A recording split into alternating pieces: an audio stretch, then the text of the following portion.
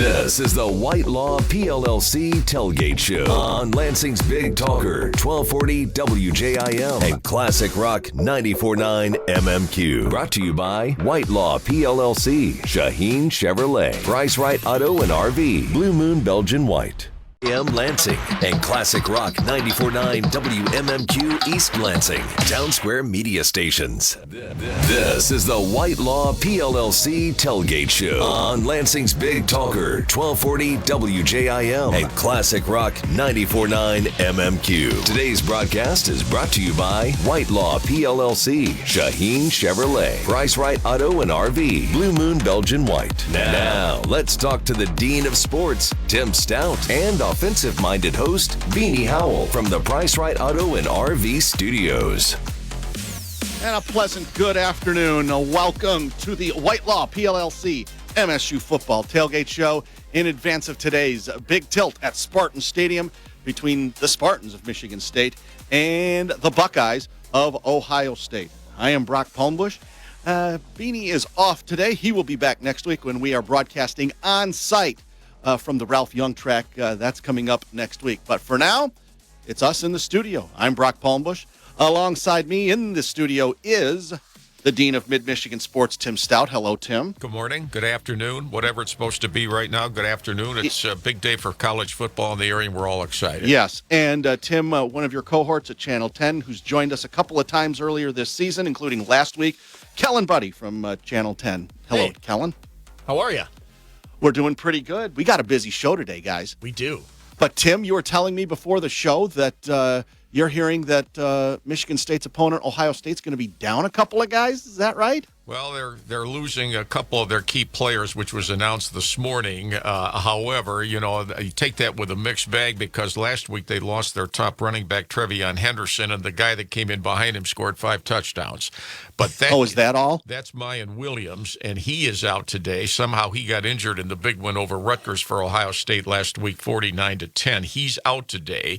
More noticeably, Ohio State today is without its top wide receiver, Jackson Smith-Njigba. He's out today.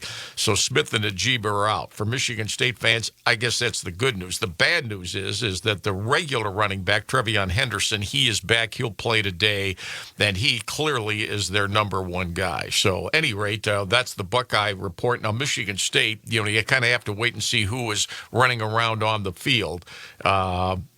Before you exactly know, who's going to play and who isn't going to play. But I don't think there's any mystery. The 3 defensive players who've been out all year, they're going to be out again today. And whether anybody else is slowed or sidelined, stay tuned. If I get any more on that for anybody, we'll have to, we'll pass it on. It's a busy tailgate show. It is. With 2 straight games. We've got homecoming next week, 4 o'clock with Wisconsin. Weather's supposed to be exactly the same next week as it is today. Today we're in the mid-50s and sunshine at some point this afternoon. And so we have a busy tailgate show. The president of Michigan State, Samuel Stanley, will join us today. We got a couple of big-name college football guys from the past with Ohio State backgrounds. You're telling me they're on today.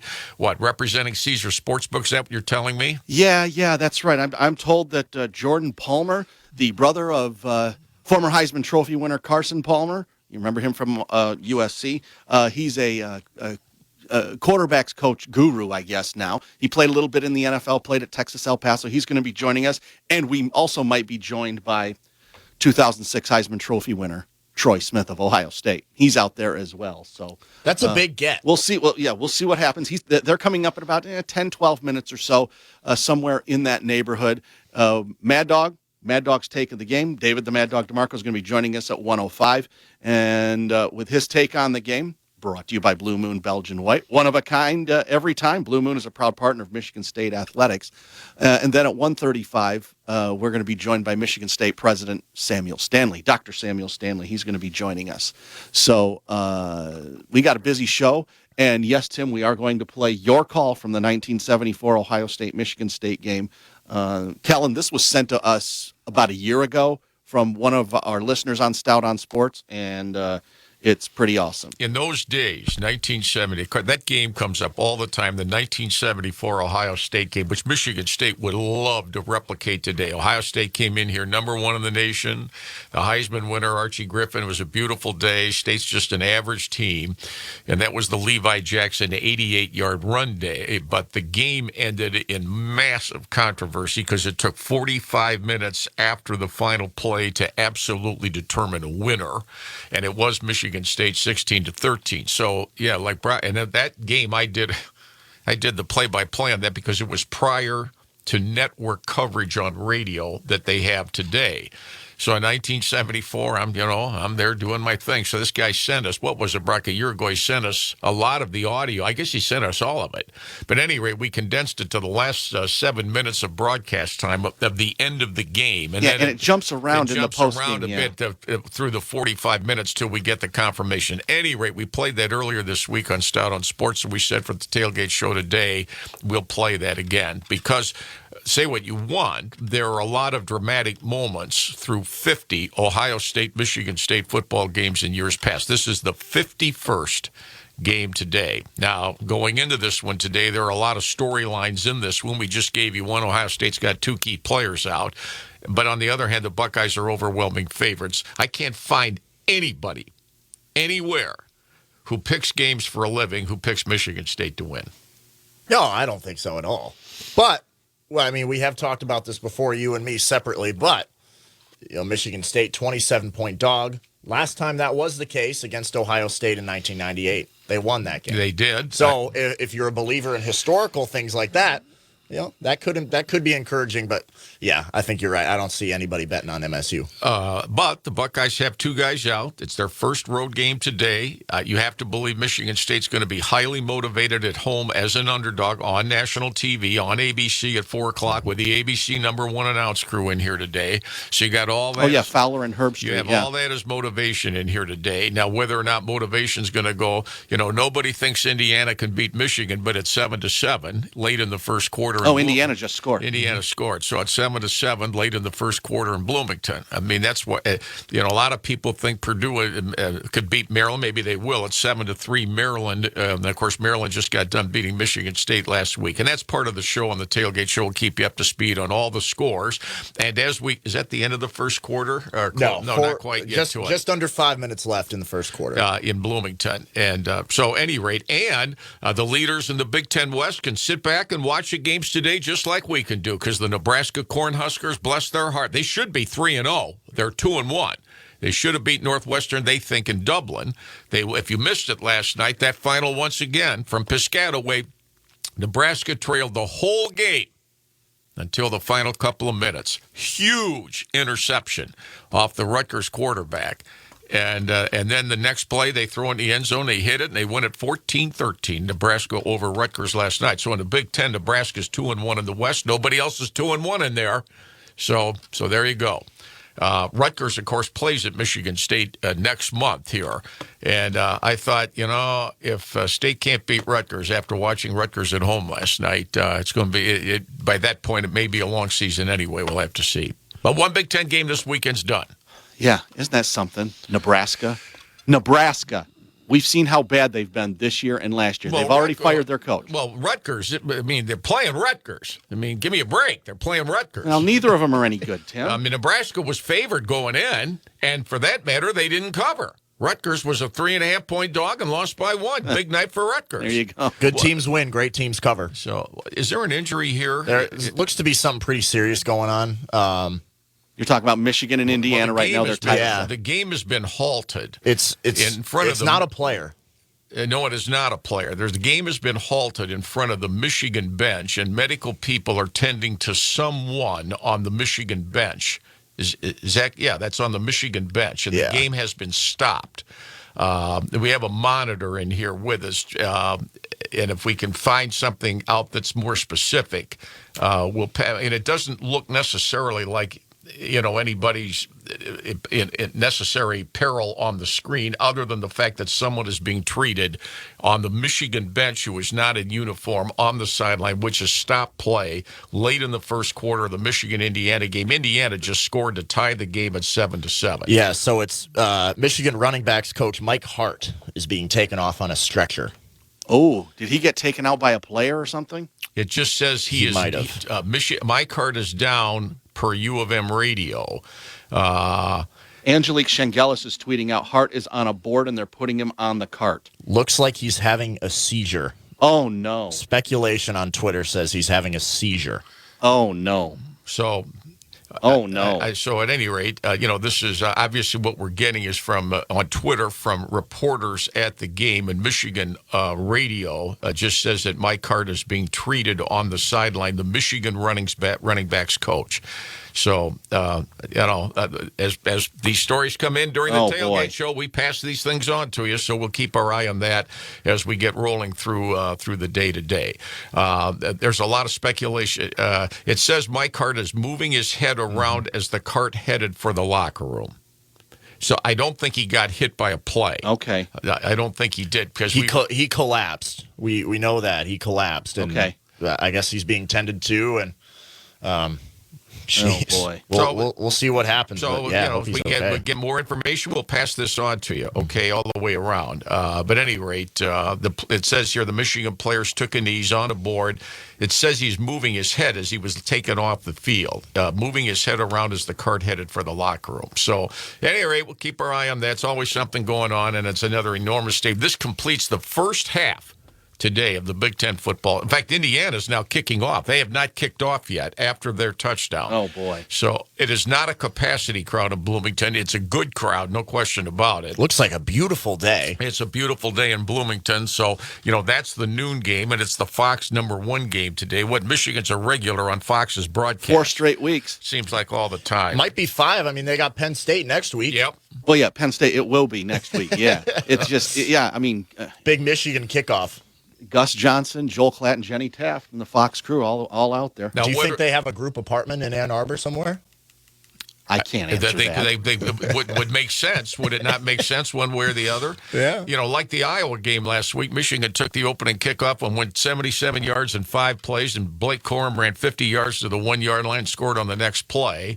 But then they bogged down a little bit since then. Indiana's under fire, let Tom Allen, the coach there. He had that great pandemic year and crushed Michigan State in East Lansing in empty stands. And beat Michigan for the first time in 30 years. Beat Michigan and Ann Arbor. But since then, Indiana struggled. Indiana will be here senior day in Spartan Stadium on November 19th. So already 2 teams we've talked about that Michigan State's got coming up at home. Rutgers, a loser last night, 14-13 to Nebraska, and Indiana, who's tied with Michigan at 7-7. And again, it's late first quarter. Now, before we go to break, Tim, there's a couple other Big Ten games going on right now. Purdue's playing.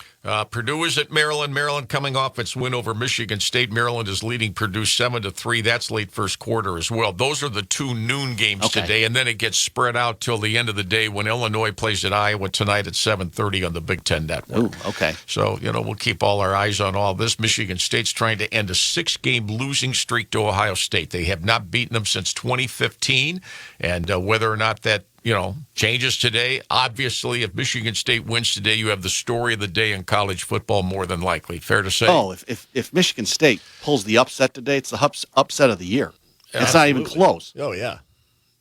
And again, you're going to see Ohio State today in uniforms they haven't worn the entire season. They've worn the home uniforms the entire year. They've played 5 home games. So today is their first day on the road. Whether they think it's a road game with a crowd they'll have over at Spartan Stadium today wearing the scarlet and gray on TV, you're going to notice dramatically if you're not in the stadium yourself.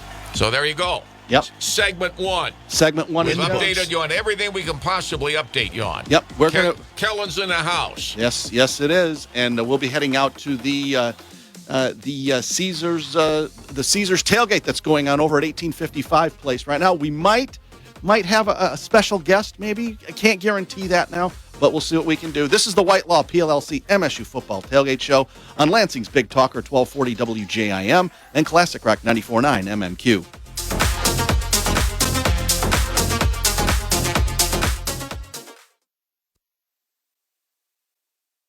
The 1240 WJIM Traffic Center, driven by Shaheen Chevrolet and Cadillac. Relax and enjoy the Shaheen difference. Yeah, taking a look at your traffic right now, things a little bit slower than normal, going 127 northbound between the Jolly Dunkel Road exit and 496. Just be aware of that road closure on 496, both directions between MLK and Penn. That's going to be active until the end of this month, or early November, rather. Coming in from the east side, Grand River Avenue, both directions between Mohawk Road and Cornell Road, single lane closure. That's until the end of this month. And just west of there, Okemos Road, both directions at Grand River, that is closed due to construction. That's until the end of this month. That could get extended as well. Right now, it is... Well, the sun's trying to peek through. It's 49 degrees right now. It is a bit windy. Winds gusting 15 to 20 mile an hour, gusting a little bit higher than that. And the temperature is going to get into the mid-50s when we get to game time. Your travel updates brought to you by Shaheen Chevrolet and Cadillac. Relax and enjoy the Shaheen difference.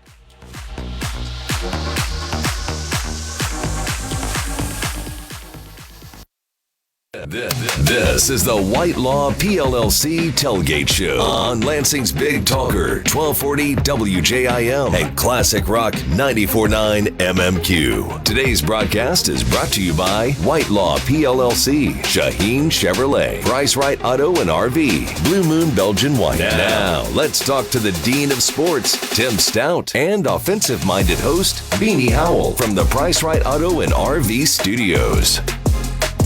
It is the Price Right RV Studios. Brock Palmbush, Kellen Buddy, Tim Stout joining us here, and we'll tell you more about our great sponsors a little bit later on. But right now, we got to go out to the Caesars Sportsbook Truck Tour. They are out at 1855 Place in East Lansing. And Kellen and Tim, our buddy JR, who joined us a couple of weeks ago. Kellen, remember, he joined us a few weeks ago. And he is out there right now, out at 1855 Place. Let me move over here, punch up the phone here. JR, are you out there? Yes, sir. Good to talk to you guys. Good to talk to you guys. Sounds like it was a happening place. You guys sent me some pictures earlier, and lots of stuff going on out there. Lots of stuff. Yeah, the Caesars Sportsbook and Casino Truck Tour set up in Lot 14, right beside 1855 Place, and there's all sorts of people out here. You got to be 21 or older to get in. You can kind of figure that out with Caesars, but once you get in here, this is literally the best tailgate I've ever seen. There's a live interactive wager wall inside this trailer. Free food. You got brisket over here. They're serving pulled pork up. Feed yourself to your heart's content. The full bar is operating inside this trailer. Enjoy these big TVs. We're all watching football out here, enjoying getting ready for Michigan State, Ohio State a little bit later on. And I'm not seeing very much red. I'm seeing a lot of green, so that's a good sign. Yeah, JR, my question was, what's the vibe like compared to, I believe it was the Akron game that you were there for the tailgate. Obviously, the weather was nicer. The weather's not so pleasant, but it sounds like Spartan fans are still out in full force today, huh? Spartan fans are out in full force. It's a good excuse to get those green hoodies, those green jackets out today. Everyone's getting ready for that. And there's been a few celebrity sightings so far. We've seen Jordan Palmer. We've seen Troy Smith wandering around, mingling with folks. And I'm told that may not be out. We might see more celebrities in the crowd before this is said and done today. Did you tell Jordan and Troy that they might talk with us, and is that why they might have bailed? As soon as I said that, they ran. I was surprised to see how fast they could still run this many years removed from actually playing. But, yeah, they were gone. Once an athlete, always an athlete, I guess. Of course, Jordan Palmer, the brother of former Heisman Trophy winner Carson Palmer. Jordan played in the NFL, and he's a quarterback development guru. And Kellen, he's affiliated with the XFL now, which is going into business next year. Yeah, he's a quarterback development, I guess, specialist for the XFL. Gotcha. And, of course, Troy Smith, the great quarterback at Ohio State, the Heisman Trophy winner 2006. I think he just scored another touchdown against Michigan about 5 minutes ago. So maybe that's what he was doing running, scoring another touchdown against Michigan in 2006. He only scored about 6 in that game. Got to do what you got to do. I know. Well, it sounds like, hey, a lot of fun out there. They've got, cornhole and what's that game that we can't mention with the bowling pins because it's all copyrighted and everything? Oh, man. You're talking about the it's bowling, right? Yeah. Yeah. We'll mute that. Throw bowling. We had to call it throw bowling. Yeah, throw Yeah. bowling. Throw That's bowling. what it was. There's plenty of fun and games to plug into, free food, and just a real fun party atmosphere right here beside 1855 Place, Lot 14. Absolutely free to be part of it. Bring your ID, though. You do need to be 21. So did you hear the Michigan State band practicing and performing as they always do at this time, this early before a home game? And usually for the Ohio State game, you would hear the Ohio State band, but there's no Ohio State band there today. Michigan State's band got to take over. We have heard the band. Yeah, they're ready for this game. Hopefully, if the players can be as good as the band today, we're going to be partying tonight. Well, you'll see Ohio State people there, believe me, because we are a little bit away. You know, we're still 3 hours from kickoff. I don't know where they're hiding or whatever they are, but Michigan State fans always, as you know, take these 7 home games, especially the ones in September, October, and it's a party-like atmosphere on a campus that is almost designed specifically for tailgating before home football games. Fair to say? Fair to say. I expect there will be more red. Just haven't seen it here at Caesars yet. The Caesars Sportsbook and Casino Truck Tour is mainly green. Now, JR, this is a national thing. This isn't just for Michigan State. The Caesars Sportsbook travels all over the country, don't they? Yeah, they've taken this trailer. They began this earlier this fall. The other 2 stops they've done the past couple of weekends have been at NFL games. I think they were in Indy last week, but this is the first college stop. And from everything I can tell, it's just as successful. Go ahead, Kellen. I mean, I love that. It seems that, you know, the sports books, especially here in Michigan, they are just all out in terms of trying to get, you know, more people in on this. And it's fun. I lose a lot of money, but it's fun. So I guess they're just trying to appeal to more people to start putting some wagers on some football games. Yeah, huh? and JR, you just knew once it got legal here in the state of Michigan, you just knew the various sports books, and most notably Caesars was going to be, heavily involved. You were going to see more stuff like this. And, man, it sounds like a lot of people out there. Tim, free food, I think you can still got time to get out there. Like, how many people will you serve through the entire tailgate day today? And for that matter, how might it compare with the Minnesota game a couple of weeks ago? They're prepared for over 1,000 people today. I haven't seen that many just yet. There have been hundreds, I'll say that. But yeah, they're ready to take on whoever comes in. As far as Minnesota goes, it's got to be pretty close. Well, and like I say, we still have 3 hours before game time today, so that's plenty of party time. Then the other thing is, with modern tailgating, how many of the tailgaters out there have television sets watching other games? I mean, a lot of them, in fact, as you know, a lot of them tailgate and then don't go to the game itself. They just stay and watch the game where they are. You know, right there, the modern tailgating is a TV set where you can watch all the games at the same time, even if you're not in the stadium. That's a growing trend, I see. Definitely a growing trend, and that's one of the things that Caesars has set up out here today, big screen TV. So we see a lot of people bringing up their chairs, even if they're not coming in to this cordoned off area that we've got in Lot 14. They're setting up right outside watching college football already.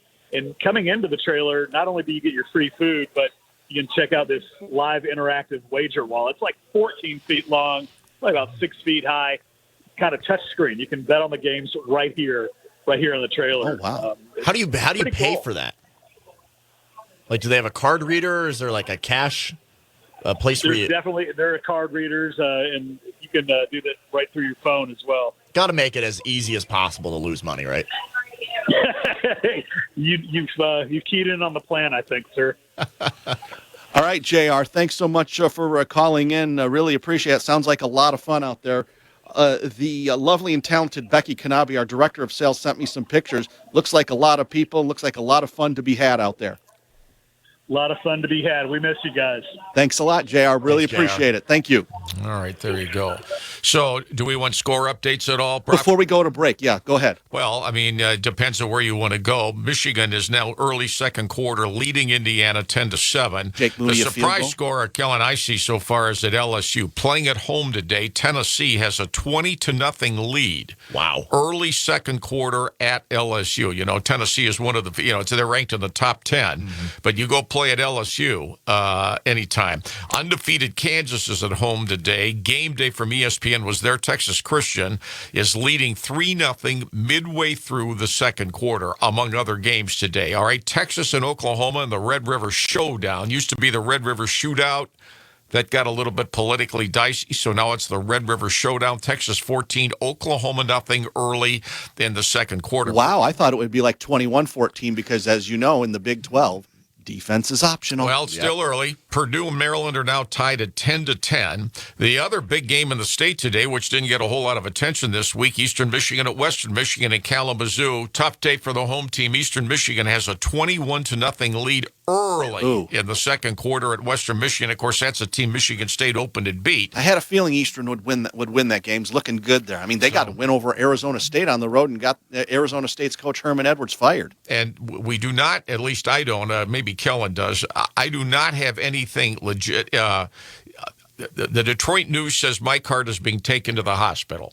That's and she says nothing more than that. If you're joining us late, the running backs coach at Michigan, Mike Hart, he collapsed on the sideline just after Indiana scored its touchdown to tie the game at 7-7 before the kickoff. It stopped play. The Michigan players took a knee and were hugging each other. Mike Hart was removed on a stretcher, but it appeared that he was moving around a little bit on that stretcher, and then the game resumed. And the only other thing we have, at least that I have from any kind of a legitimate media source, is that he is being taken to the hospital, and there is no further. Other than that, that's everything. Unless you got more. Indiana just scored. So it's currently 13-10 point after. When's the last time has Michigan been behind this season? I believe that's the first time they've been behind this year. Call the paper. Yeah. Michigan has gone behind for the first time this season. Indiana coming off a 35-21 loss at Nebraska last Saturday, and Indiana has scored with an extra point coming to. That's why you play these games. That's why, Michigan State, that's why you play the games. I mean, like Kellen says, Michigan's a 23-point favorite. Maybe they'll cover.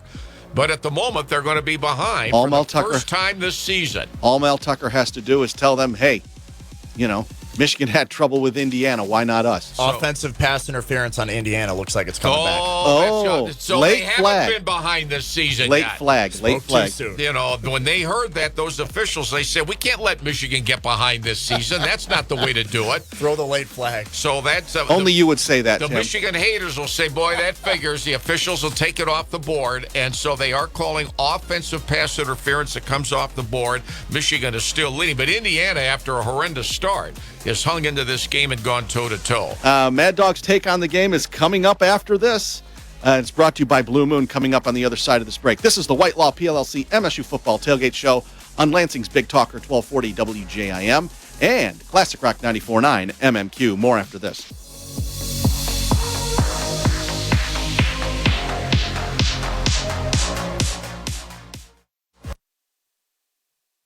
JIM Lansing and Classic Rock 94.9 WMMQ East Lansing Town Square Media Stations. It's time for another game day travel update from the 1240 WJIM Traffic Center. Driven by Shaheen Chevrolet and Cadillac. Relax and enjoy the Shaheen difference. Traffic is starting to back up 127 going northbound between 96 and 496. People coming in from the east, heading up towards campus. It's very, very congested right now, shall we say. Motorists, find an alternate route if you possibly can. Fans coming in for the game. If you're also coming in from the east side, trying to come in off of Grand River, well, there's construction there that's going to cause you delays as well. Grand River between Mohawk and Cornell Road, right out by Meridian Mall, single lane closure. That's until the end of the month. And just west of there. Okemos Road still closed at Grand River due to ongoing construction. As far as weather today, well, they say it's overcast, but the sun's trying to peek through. It is up to 51 degrees, maybe a sprinkle or two out there. It will get up into the mid-50s later on. The sun will peek through, although it's going to be windy. The winds 15 to 20 miles an hour, gusting a little bit higher than that. Your travel update is brought to you, your game day travel update is brought to you by Shaheen Chevrolet and Cadillac. Relax and enjoy the Shaheen difference.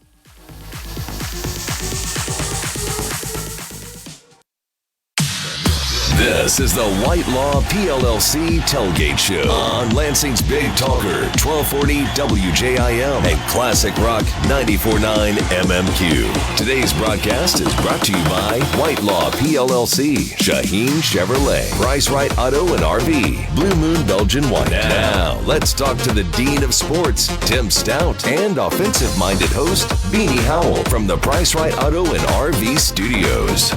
Yes, we are back on the White Law PLLC MSU Football Tailgate Show. Brock Palmbush here, Tim Stout, the Dean of Sports, and his cohort from Channel 10, Kellen Buddy, joining us. Brandon will be back next week when we're going to be on site over at the Ralph Young track at the Price Right RV mobile studio out there. That's going to be next week, but right now it's time for Mad Dog's Take on the Game. It is courtesy of Blue Moon, Belgian White. Blue Moon, one of a kind every time. Blue Moon is a proud partner of Michigan State Athletics. We punch up Dave right here on the phone, joining us from the great state of Alabama. Good afternoon, Dave. Hi, fellas. How's it going? Hi, Dean. How you doing? Well, it's just another college football Saturday. I've got some sad. I thought of you yesterday afternoon, driving over by the Eastwood Town Center, because as I drove by, the wrecking ball just about had completed the demolition of the Spartan Hall of Fame Cafe. Wow. And how many good times did we have there with visiting game tailgate shows there through the year? And I'm telling you what it got to me, to be honest with you. It's been closed since December. And our buddy Steve Montaigne, the owner, who did 12, 13 years there, and we did the road game shows there, and a lot of other activities there. And I told you a week ago, I saw the cyclone fence go up around the property, and I thought, the end is near. So I was over in that area yesterday and watched the wrecking ball knock that. It isn't completely gone, but it didn't take long to make a huge impact. And I thought of you because of the times we had there, and you lived over by there. Yeah, I mean, we had a great time there, and Steve Montaigne, just an absolute class guy. It was unfortunate with the pandemic and the situation and the closings and, unemployment, people, cashing in on that, not getting, people into his restaurant to work, but it all worked out for him. And, it was time for him now just to relax and enjoy, everything going on. That you could tell that it was draining him, being there, and he commuted from Kalamazoo. But I mean, that was a Hall of Fame. I just liked going there, having laughs with you guys and doing a good job. But then looking at all the artifacts and all the stuff that they had on consignment, and it was a Hall of Fame. It was a great place. It always had good meals, always had good wait staff, very pleasant place, and it'll be missed, that's for sure. Well, and as you know, for the tailgate shows, they made, in my lifetime, the second greatest Bloody Marys I ever tasted. Ooh. Well, we already know. I knew you were going to go down that avenue. There's only one Mad Dog Mary, and I perfected it, and everyone's different. And, I mean, what are you going to say, Dean? I mean, that's just the way it is. But this Ohio State game, Kellen, you and I talked about it either a week ago or 2 weeks ago, and you said, Mad Dog, would you rather have them play really strong teams at the beginning? I'll tell you right now, if I was Mel Tucker, I'd like to have got this game out of the over with, because this is Ohio State's covered the last 5 games. Going into this game, they're a 27-point road favorite. They have the second quarterback-rated quarterback in Stroud. He was pulled in the third quarter last year, and they had Kenneth Walker, and he was hurt. This is, listen, like you said, and you're right, Tim, we've always said this with games like this before. That's why they play the games. That's why these guys practice. But I just think after what happened, with Siano last week and Day's Day's pay and he looks at Tucker's pay, and Stroud is so outstanding. When I read the offensive keys, I mean, I don't even know how I can stack up. I mean, Ohio State against Michigan State. I mean, I could stack up Ohio State against Alabama, but I just can't see it. I mean, I don't know exactly what's going on, and you always say, and you're right. You guys have always said, a coach doesn't get dumber. It's just you got to have players, and I thought that they were really, going to come into this 9 wins, 10 wins, even without Kenneth Walker. Thorne was going to be, better quarterback. Other guys were going to get an opportunity and take advantage of that. I just haven't seen it. I mean, like you guys talked about the Minnesota game, that was incredible. And, then last week too, it's when you have a good record and the next season, you usually take a step back, but I didn't think they were going to fall off a cliff. I really didn't. And, well, if I was Michigan State, I'd take a look at some of these other games today because Michigan is a huge favorite at Indiana, sure. And it's a 10-10 game, and Tennessee is playing at LSU, and nobody beats up LSU, and that team's won 4 in a row, and Tennessee's up 20-0 early in the game. Right. I tell the Michigan State players, you know what the talk is, you know what the noise is, and to what Mel Tucker said, knock out the noise and go play as hard as you can, and don't worry about who's the shirts of the other team. Go play, and they're going to have support from their own crowd, no question about it. And if Michigan State's in the game, especially early on, the crowd support will just grow that much stronger. It's baffling to me how big of an impact that could make, especially on a day like this where you never know what's going to happen. Absolutely. Obviously, Michigan tied with Indiana. Who knows? The woodshed could be bumping. It could be. It's not to say that it can't happen, but I mean, you also could say that the tsunami could be coming too. I mean, we saw, but they were in the horseshoe, and they had Olave, and they had other guys, but Ohio State's a lot like Alabama, a lot like Georgia. They got 3 deep guys. Guys get hurt, boom, they replace them immediately.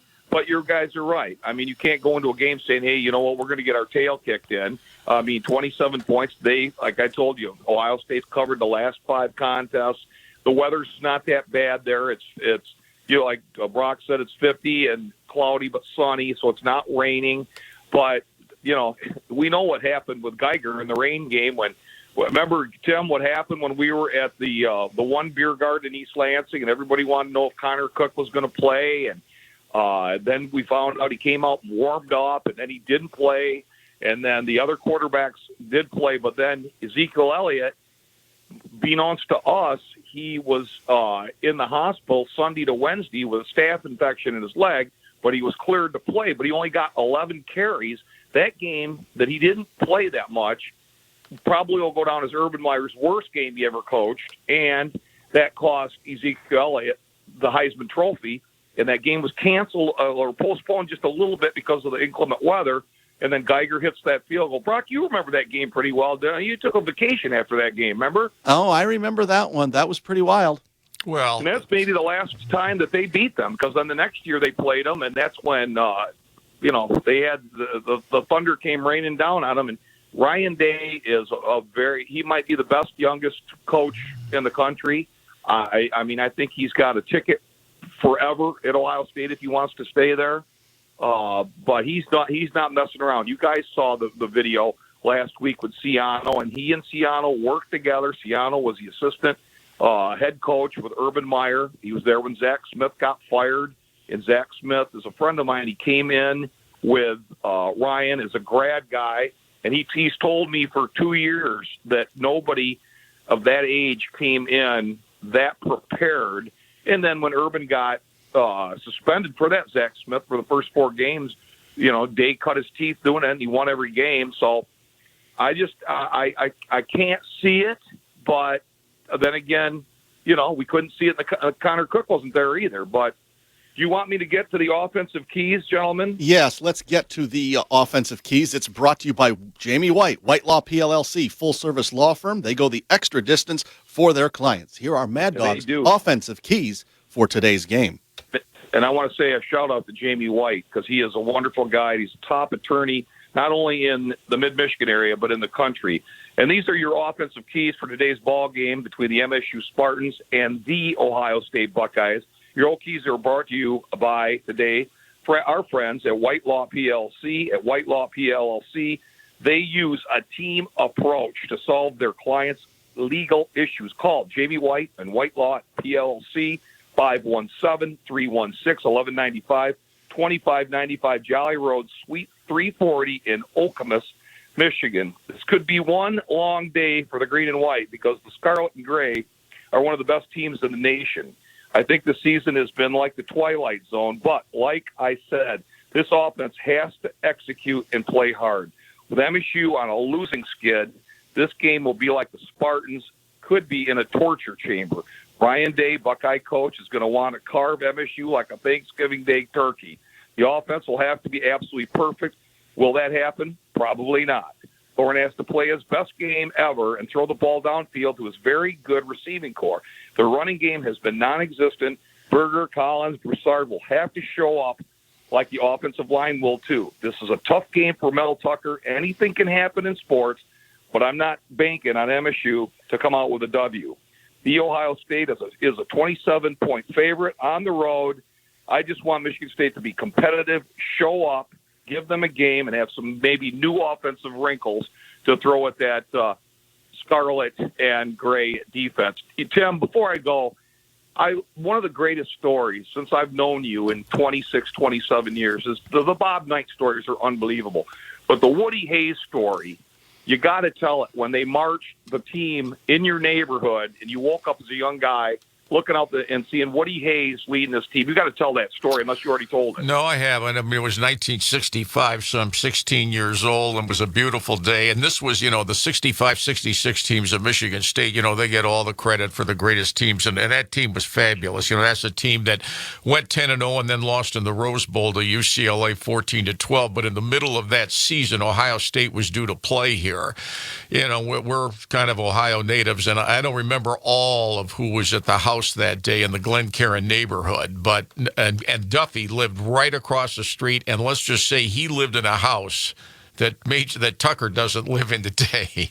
In fact, Tucker's guest quarters are nicer than the house Duffy lived in when coaches were paid something that doesn't remotely, come close to what they make today. Nonetheless, it's a beautiful morning. It's a 1:00 game. Woody's got the Buckeyes in town. And we're having and there was no real such thing as tailgating in 1965. The concept of that had never frankly blossomed. And for that matter, people didn't go to the games dressed like they were going to the beach. They dressed up a lot more to go to the games then than what. So we're all dressed up, and we're having a little brunch in the dining room, which faces the front of the street. And I thought I was seeing things. And out of nowhere, walking down the street in our neighborhood, just a regular neighborhood, is Woody Hayes and his coat and tie leading the coat and tie clad Ohio State football team, and they're just taking a walk through the neighborhoods to get loose before they get on the bus. Now, in those days, over by, where Barry Amos Cleaners is, where Saginaw and Grand River fork, the old Albert Pick Motor Hotel there was a big deal, and that's where Ohio State stayed, which they could walk 2 blocks, and they're in our neighborhood. So he walked them around the block, okay, and we all, everybody's out. Nobody knew who they were at first, but I knew who they were. And it was the Buckeyes. That afternoon, Ohio State had a minus 32 yards rushing, and this is Woody Hayes, 3 yards on a cloud of dust, a minus 32 yards rushing. Michigan State dominated that game and won like 32-7. It wasn't even close that day, but I will never forget that. I've never seen anything like that, and it was no big deal to him. He wanted to take his team in a walk, and that's the neighborhood, and there's no traffic through there, and they're all dressed in coats and ties, and after they got done, they got on the bus, went over to the stadium, got beat, and went home. But to your point, yes, that's a memory growing up, 16 years old. I remember yelling at everybody, come look at this through the window. Look who's going by. Nobody went outside. We were too intimidated. But I don't know of many that had Woody Hayes walk down the front end of your house on a road game in his long history at Ohio State. That would have been 1965, so we're talking 57 years ago, and I remember it like it was yesterday. That's a great. That's just. I mean, because I can visualize Woody Hayes. I mean, you talk about intense coaches in the history of any sports, and he's right there. I mean, he had a hell of a rapport with Bob Knight, and Bo Schembechler and him were like brothers. And he's Woody Hayes. I mean, and of course, everybody knows how his career ended in I think it was the Peach Bowl, and he played against Clemson, and he punched Charlie Bauman, and then that was it for him. But listen. You can't say that Michigan State doesn't have a chance, but I mean, we're a 27-point home dog. I mean, and you know what has happened the last few games. I mean, it just. In Ryan Day, he wants to get to the championship game. He wants to play Georgia or Alabama, is what he wants to do. He wants a chance to get back there, and he's got a great quarterback in Stroud. Everybody knows that. I mean, Bryce Young is probably not going to play tonight. He doesn't need to after Jimbo Fisher's quarterback broke his hand. I don't go on the air, you guys, until probably 1 or 2 o'clock in the morning Eastern time, because it's an 8 o'clock Eastern game. 7 o'clock Central here in Alabama, but then Learfield does a 2-hour show afterward, and then the gentlemen that are my partners, we go on, and it's a whole different kind of deal. I mean, with Alabama and how it was at Michigan State, but that's because of Nick Saban, and there's no love lost between Jimbo Fisher and Saban. You guys are sports people; you follow this like I do, and those two guys. Regardless, I mean, Jimbo's being exposing himself to the media, his disdain for Saban or his hatred for Saban, where Saban, and you know him, Tim, he doesn't play that game. He said those things about those Texas A&M buying those players, and he took it to heart. And then, he said his narcissistic personality, and Saban's just a meticulous person that. He's in another zone when it comes to coaching his team. And, their quarterback, Bryce Young, was very lucky he didn't tear any or get any major shoulder injury. So he can sit today. And then the backup quarterback who, he's like a poor man's Michael Vick, he'll just go in there. They have guys 3-4 deep, 4 or 5 true freshmen play. I mean, they haven't even had Tyler Harrell. He was the best receiver. He hasn't even played yet. So it's been really, really fun doing, staying in the game with you guys and then doing this new thing. And it's been very, very good. And I look really forward to seeing all of you next week, because we're going to have a hootenanny. We're going to have a good time. We'll have a lot of people that'll stop by, a couple doctors, the president, possibly Jamie White, possibly, some of our sponsors, and just, hanging out with you guys. Dean, it's going to be like walking down, the old road that you and I used to walk down. Absolutely. It's a big day. Yeah, it'll be a big day for homecoming next week. It was so thorough. Now we're running along. Aren't we running along, Brock? Are we running along? Just a little bit. Only because we got the president coming up in a couple of minutes. President Samuel Stanley's coming up in about 10 minutes, Dave. We thank you again. We look forward to seeing you next week for homecoming when we're on site at the Ralph Young track at the Price Right RV mobile studio. Weather will be good.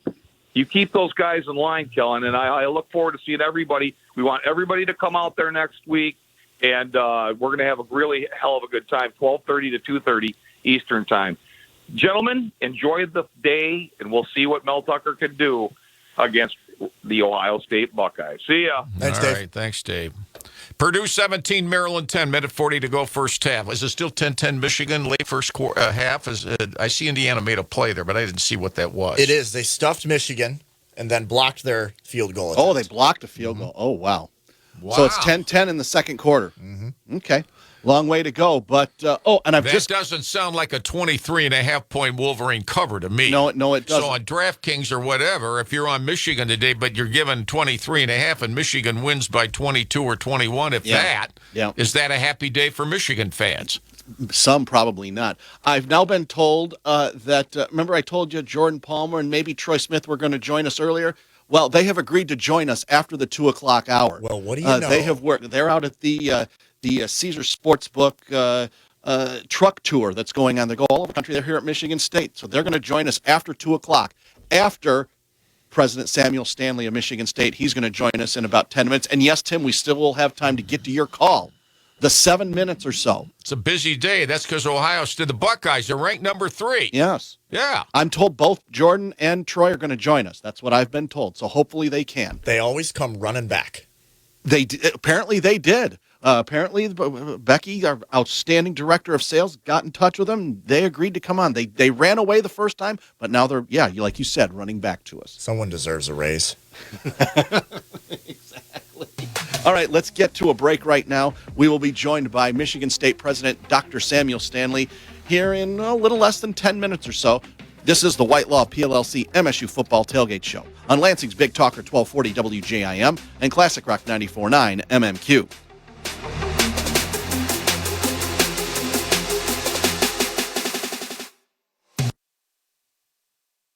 .1240 WJIM Traffic Center. Driven by Shaheen Chevrolet and Cadillac. Relax and enjoy the Shaheen difference.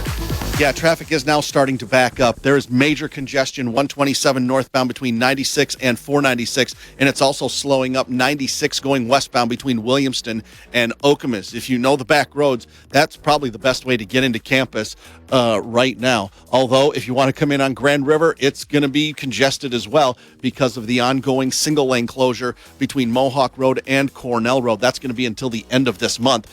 And Okemos Road, just west of there, Okemos Road at Grand River, that's closed due to construction until the end of the month. Take the posted detour in the area. Taking a look at your weather, it says light rain and breezy. It is windy, and there might be a sprinkle or two going on out there, but the sun's going to peek out as well. It's going to be mostly sunny later on in the day. High temperature right around 56 degrees. Game day travel update brought to you by Shaheen Chevrolet and Cadillac. Relax and enjoy the Shaheen difference.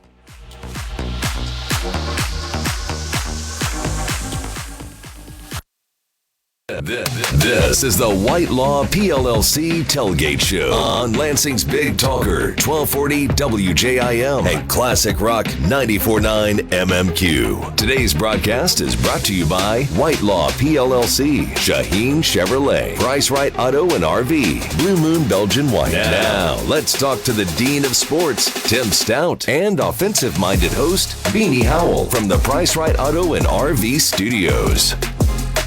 Welcome back to the Whitelaw PLLC MSU Football Tailgate Show. Beanie will be back joining us next week when we're going to be over on campus for homecoming Michigan State and Wisconsin. For this week, it's myself, Brock Palmbush, Tim Stout, and Kellen Buddy from Channel 10. While we await the call from Michigan State President Samuel Stanley, let's get to our other great sponsors. You've heard us talk about them a little bit here and there, but let's get to them all right now. Whitelaw PLLC. Yes, this is the Whitelaw PLLC MSU Football Tailgate Show. Blue Moon Belgian White, sponsoring Mad Dog's take on the game, which you heard. Shaheen Chevrolet and Cadillac, traffic and weather sponsor your game day travel update. Price Right RV.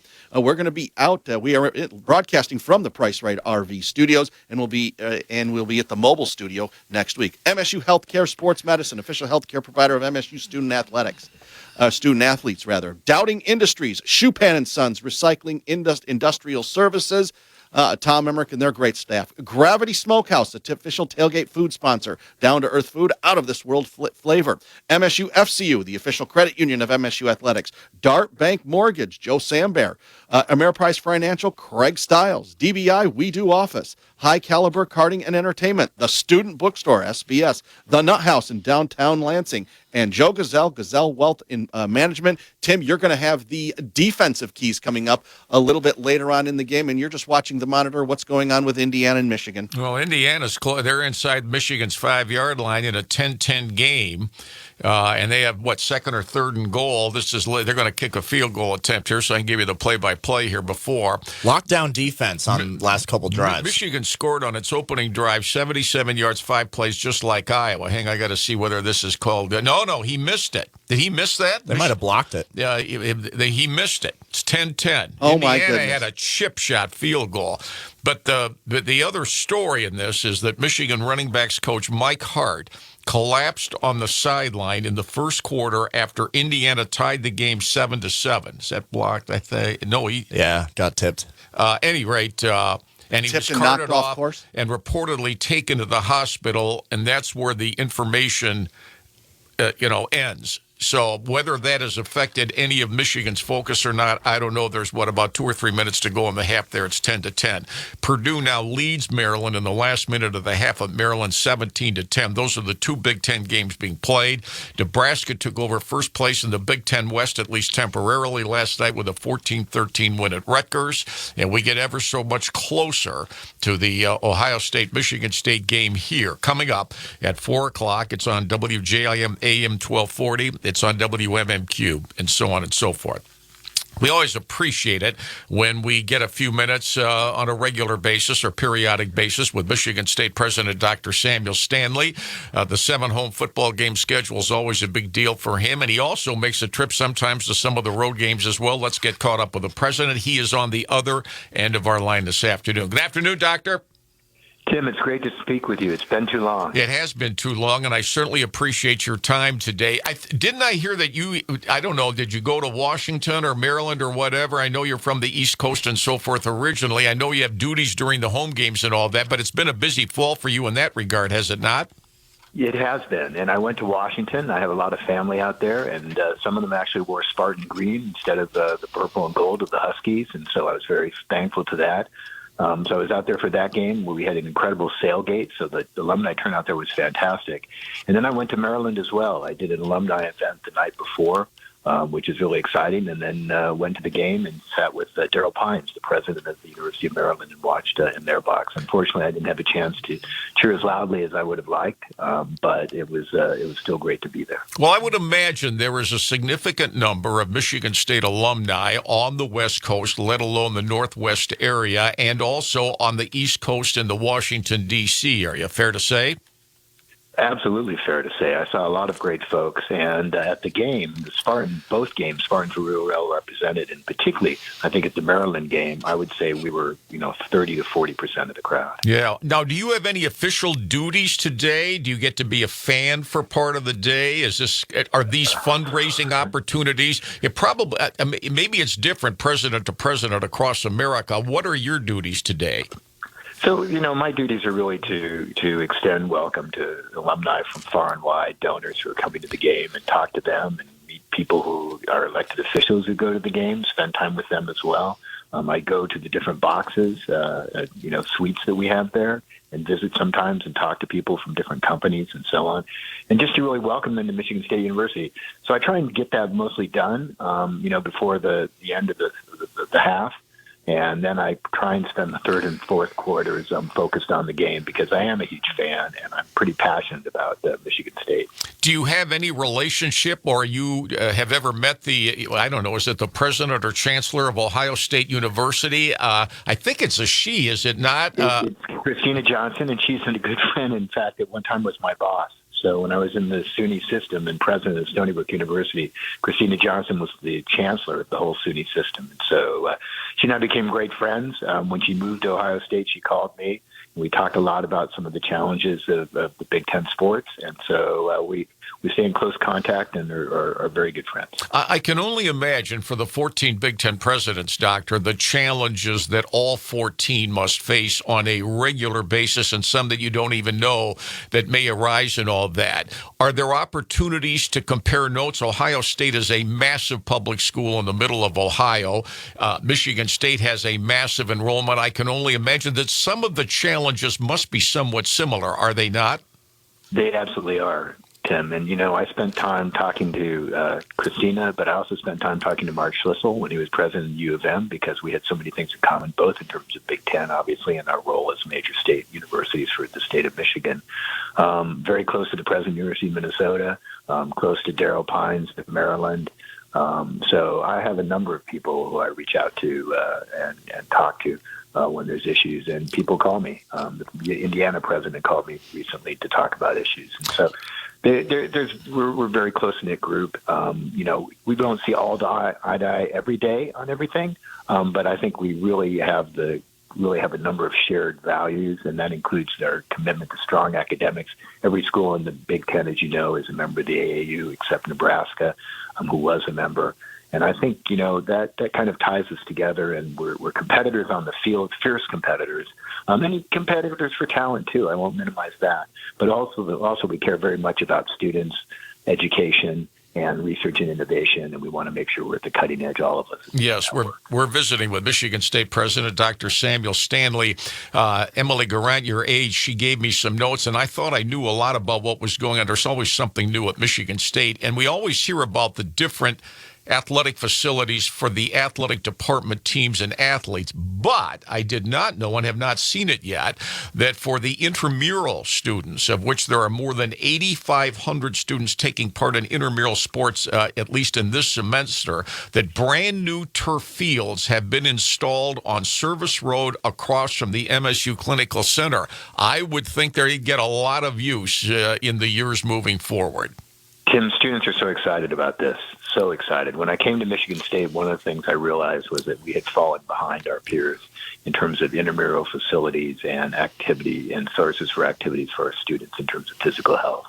And so this is the first step in work we're doing in partnership with students, because some of this is paid for by a student fee, to really expand those opportunities for them. So Spartan Greens, as we call it, an artificial turf field, lit, bathrooms, facilities for changing, all of this is making a huge difference to club and intramural sports teams on campus. And I met women from the club lacrosse team, and they told me it's a game changer for them. They're going to be able to host tournaments here where they can play 4 games at one time.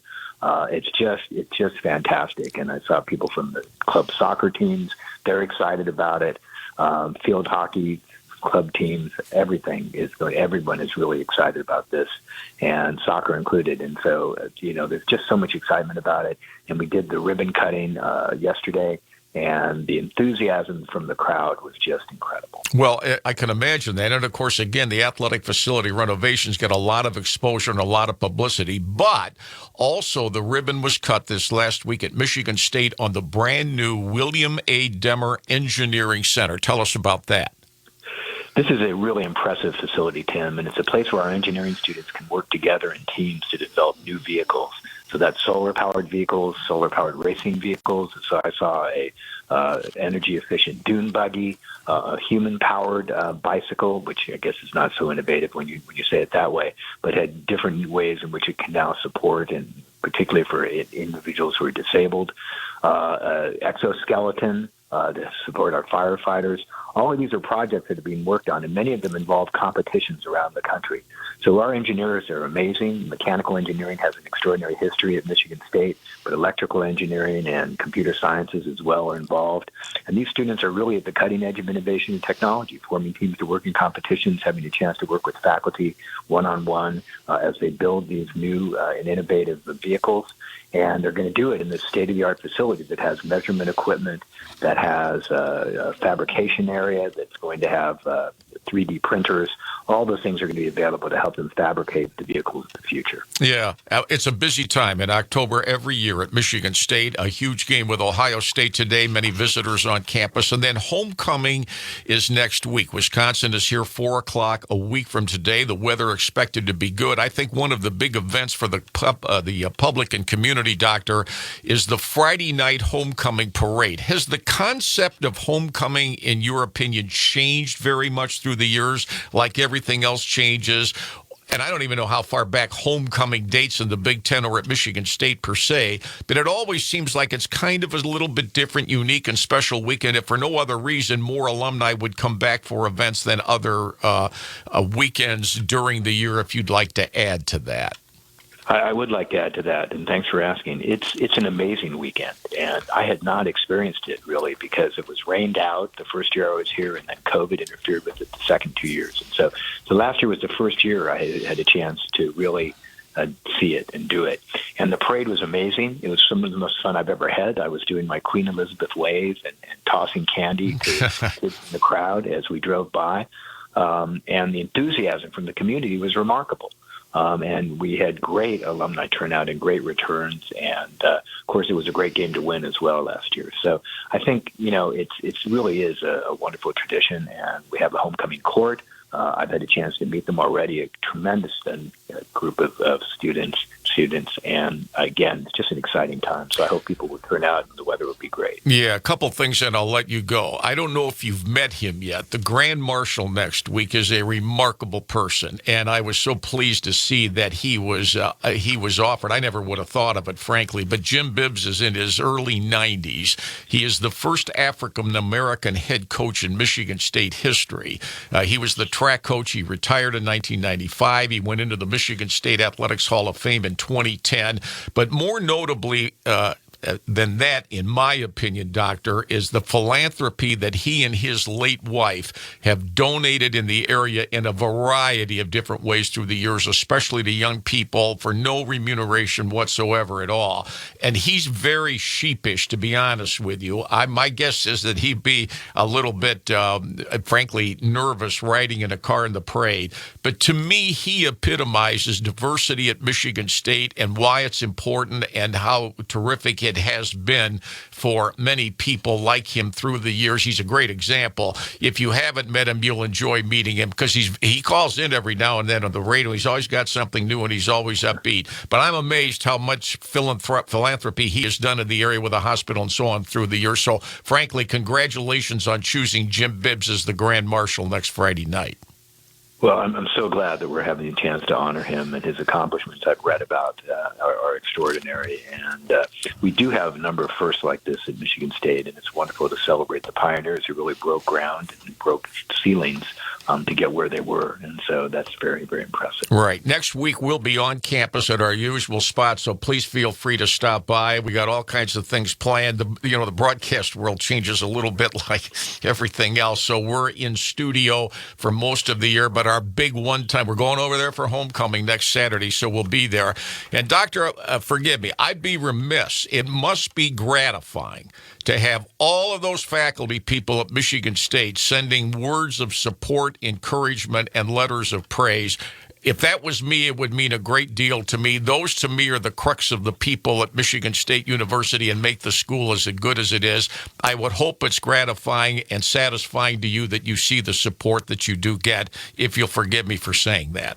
I won't forgive you at all, and I appreciate it. And it's absolutely been extraordinary. Absolutely. And, not expected and extraordinary, and very, very much appreciate everything people have been doing and some of the actions that have been taken by the faculty senate and so on. So all those things, I think, are showing people's commitment to MSU, continuing to be a great school, and that's important. Doctor, I appreciate it. You have a great day. Enjoy the ball game. Bring them some luck, and I'll look for, if you need some help, you know where you can find me or anybody else around here. I always appreciate your time with us, and we'll look forward to visiting in person for homecoming next Saturday.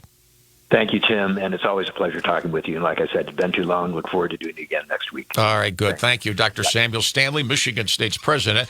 We thank his aide, Emily Garant, who sets a lot of his appearances up, and he's always been very good with us. So, Kellen, what am I missing here in the Michigan-Indiana game, which has got to be right at halftime or close to it? It's still 10-10, right? Yes, 47 seconds left until halftime. Indiana just stopped Michigan on a 4th and 2. I've noticed a lot recently defensive units are able to really get into the backfield pretty easily. On Michigan, you mean? When these teams go on a road, and when these teams come back home, and you're a big underdog at home in a big game, I mean, Indiana doesn't look quite like the team I saw playing at Cincinnati and the team I saw playing in prime time at Nebraska, and neither does Michigan look like the team that I saw in the big house running roughshod over some of these teams. Now, that doesn't mean they're not going to win. Right. It's only the first half. And that doesn't mean they might not win going away. I mean, they went right down the field and scored in the first 2 minutes and 28 seconds to lead 7-0. And then the running backs coach, Mike Hart, collapsed on the sideline and was taken to the hospital. And whether that has had any effect in any way, I don't know. The one thing on the internet is that all the message boards, everybody says the officiating in this game is terrible both ways.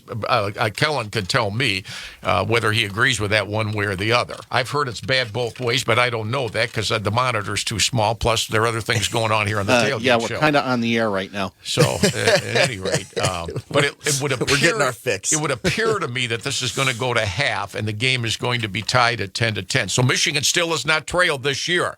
Indiana had a chance to take the lead and had a field goal miss, a chip shot. They were down to the 3-yard line. Michigan blocked it, and then Indiana had a touchdown taken away earlier in the game because of an offensive pass interference, and a lot of people think that was a bad call, So too. Indiana will get the ball to start the third quarter, but they haven't moved the ball at all. I mean, they've had one drive that, although I don't know. I mean, I haven't seen all of this, Kellen. You've seen more than I have. Fun fact, I believe the total yardage is now pretty similar. Michigan started out, they had outgained Indiana at one point in the game. I want to say 140-something to 60-something. Okay. And now that yardage is similar. All so right. Michigan's definitely had a cooler second quarter in terms of, they've cooled off in terms of getting good offense and getting good yardage. Has to have an effect on him. Seeing one of your coaches collapse on has to have an effect.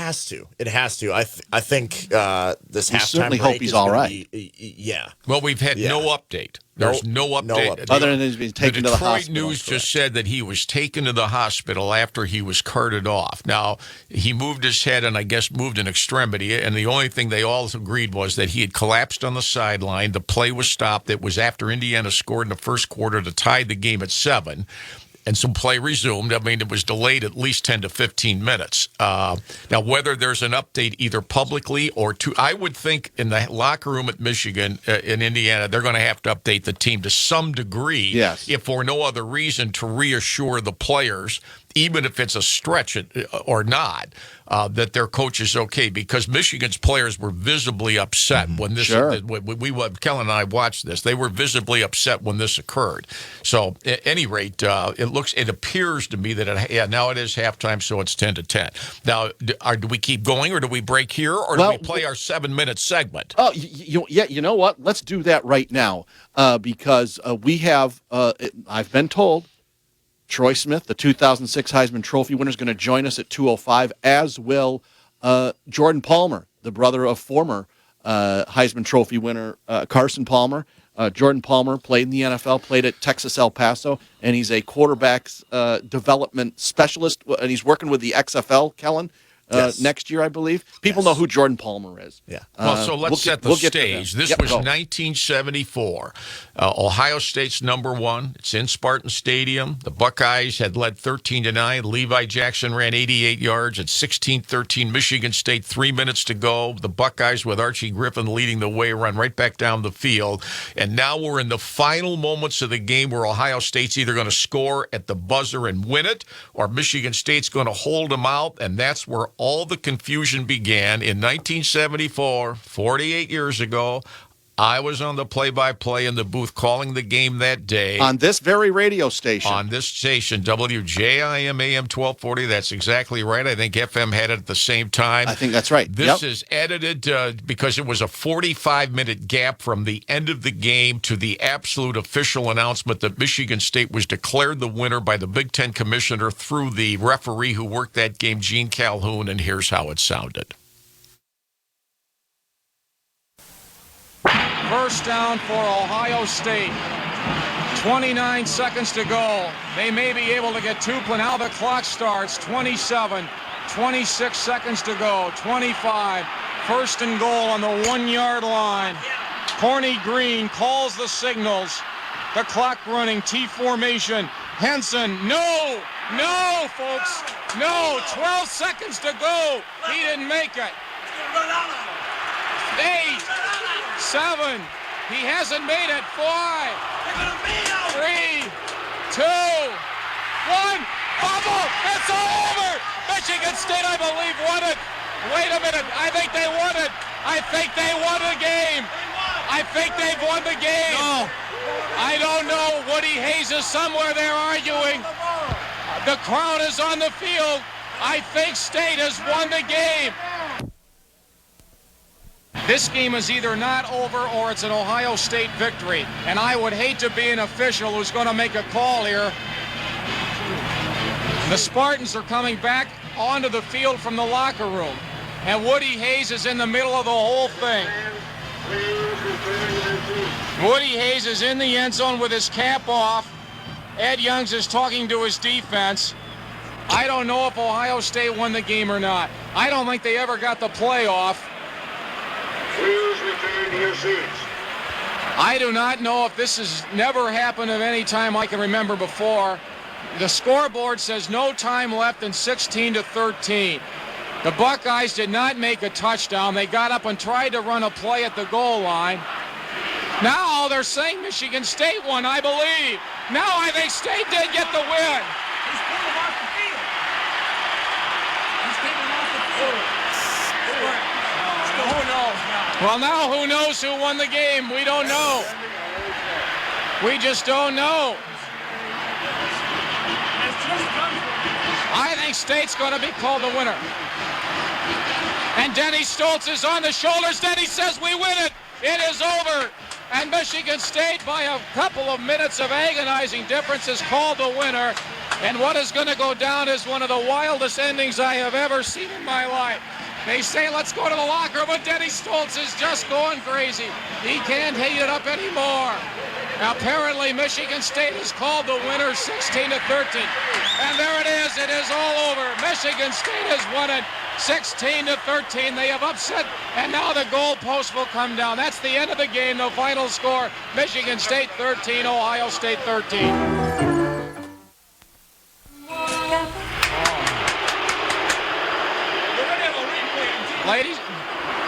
Ladies and gentlemen, they have just announced that this game is not still over. They want Wayne Duke to come here, and I want to tell you, I wouldn't want to be Wayne Duke. They say they want the Big Ten commissioner in the press box.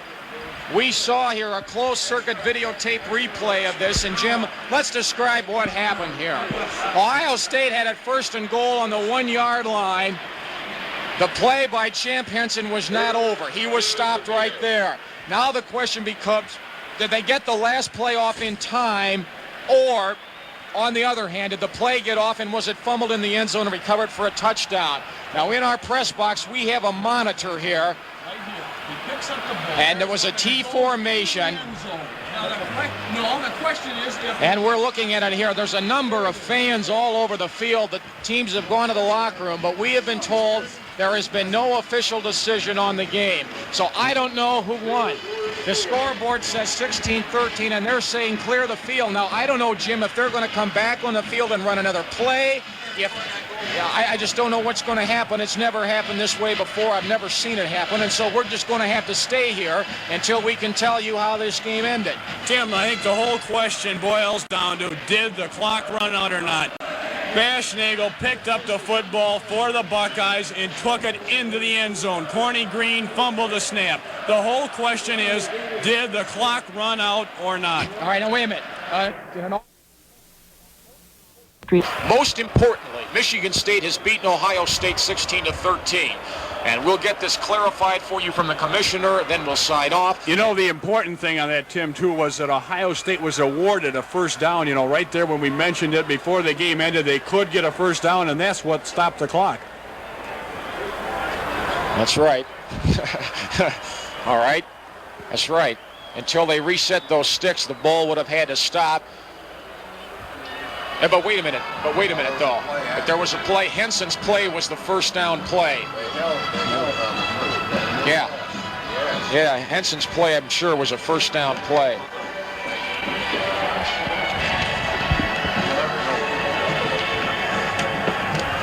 All right, we'll hang on here and get more from Wayne Duke here in just a moment. I wonder if we can get him on the air up here. That's really what I wish we could do, is get Wayne Duke on the air. We're looking around here, and we'll keep with you. The commissioner, most importantly, has ruled Michigan State a winner, 16-13. And I'm sure that there will be cries of foul all the way down the line.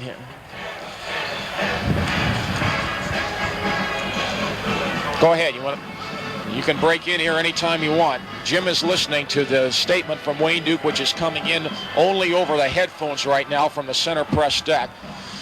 Michigan State 16, Ohio State 13 final. The only other final we have is 24-20, and that is Minnesota beating Purdue. Michigan was leading Illinois 14-0, and this crowd is just about completely out here. Alabama now leads LSU 7-0 in the first quarter of their game.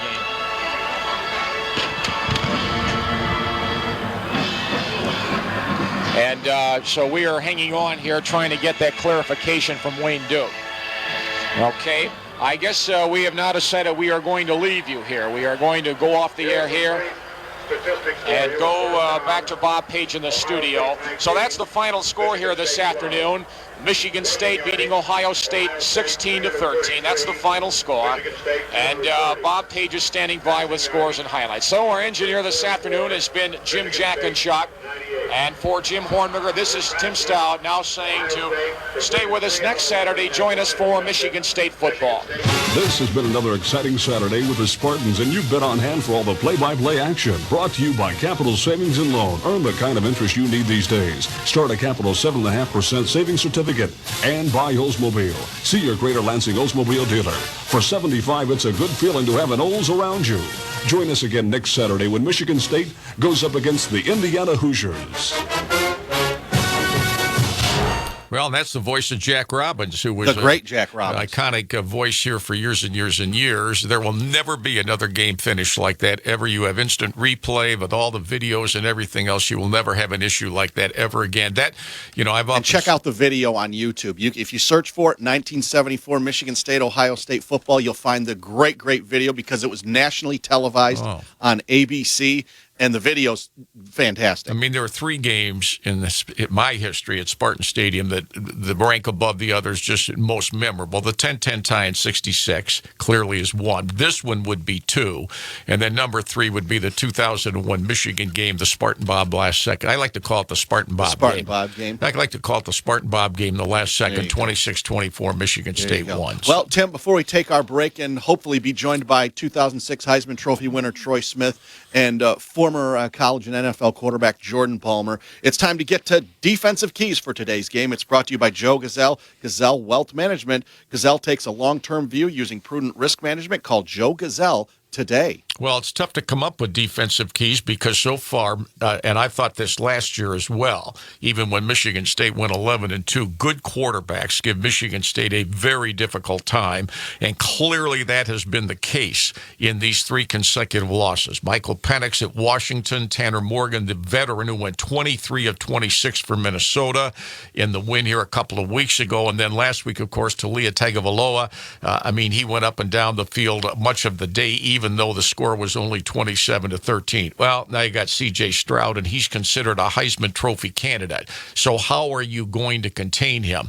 As I mentioned earlier, the backup running back, Mayan Williams for Ohio State, who scored 5 times last week, he is out today. Ohio State has announced he's gone. And the top receiver for the Buckeyes is also out today. But Trevion Williams, the running back who just torched Michigan State a year ago, although who didn't, in the 49-0 halftime lead, he's back. He sat out last week. He is back today. Michigan State still's got 3 defensive starters out. One way or the other. When those receivers run down the field, there better be somebody covering them. You're talking about Jacob Slade, Darius Snow, who's out for the year, and Xavier Henderson. But I think Ohio State's going to try to run the ball as much as it possibly can and keep Michigan State's offense off the field. That's generally a good strategy at any time, let alone this game. Whether Michigan State can do it or not remains to be seen. But in a game when you're such an underdog, then all the intangibles have to come through. You can't make mistakes. You can't have cheap penalties. You can't have bad penalties. You can't turn the ball, blah, blah, blah, the whole deal. And I think the other thing is when Bryce Behringer, who was the nation's leading punter at 53.3 yards per game, when he kicks it, and there's going to be a wind issue today, he'll be kicking downwind some and into the win the other. You got to make the Buckeyes go a long field. So all of that, if you can do all of that, Ohio State they weren't sharp. Well, the Buckeyes weren't sharp against Rutgers, even though it was a 49-10 win last week. And I think about Indiana, who's pushed Michigan around to make it a 10-10 game at half in Bloomington. Can Michigan State get that kind of thought process and go from here? We'll see. And those are the defensive keys brought to you by Joe Gazelle, Gazelle Wealth Management. Gazelle takes a long-term view using prudent risk management. Call Joe Gazelle today. Those are the defensive keys to the game. Coming up on the other side of this break, we hopefully will be joined by Troy Smith, the 2006 Heisman Trophy winner from Ohio State, and Jordan Palmer. He's noted quarterbacks developer, brother of former Heisman Trophy winner Carson Palmer. Hopefully they'll be joining us on the other side of this break. You're listening to the White Law PLLC MSU Football Tailgate Show on Lansing's Big Talker 1240 WJIM and Classic Rock 94.9 MMQ.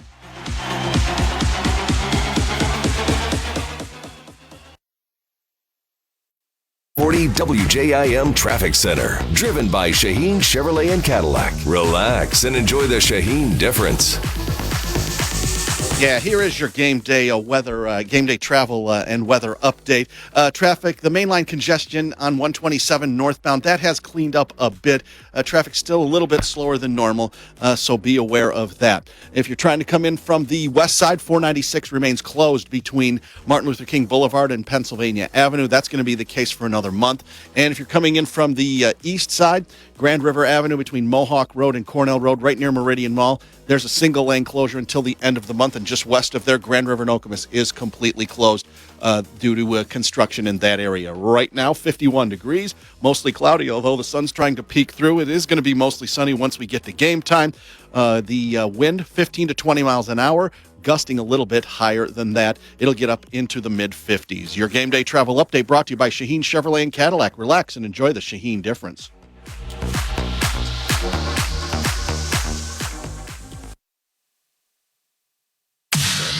This is the White Law PLLC Tailgate Show on Lansing's Big Talker, 1240 WJIM and Classic Rock 94.9 MMQ. Today's broadcast is brought to you by White Law PLLC, Shaheen Chevrolet, Price Right Auto and RV, Blue Moon Belgian White. Now, let's talk to the Dean of Sports, Tim Stout, and offensive-minded host, Beanie Howell from the Price Right Auto and RV Studios.